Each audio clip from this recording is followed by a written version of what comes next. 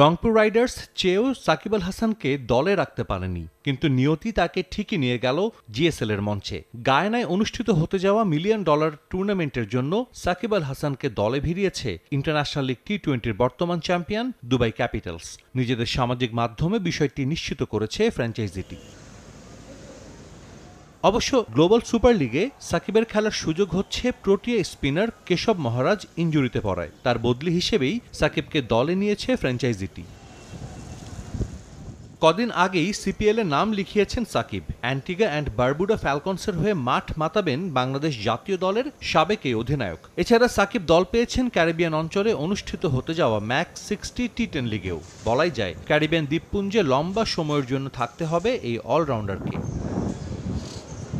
গেল মে মাসে সবশেষ মাঠে দেখা গিয়েছে সাকিবকে। পাকিস্তান সুপার লিগে খেলেছেন লাহোর কালান্দার্সের হয়ে। 3 ম্যাচে তুলে নিয়েছিলেন 1 উইকেট। পিএসএল শিরোপাও জিতেছিল লাহোর, যদিও এর আগে লম্বা সময় মাঠের বাইরে থাকতে হয়েছিল এই অলরাউন্ডারকে। বোলিং অ্যাকশন নিষেধাজ্ঞার জন্য বেশ কিছু ফ্র্যাঞ্চাইজি লিগে খেলার সুযোগ হারান বাংলাদেশের সাবেক এই অধিনায়ক।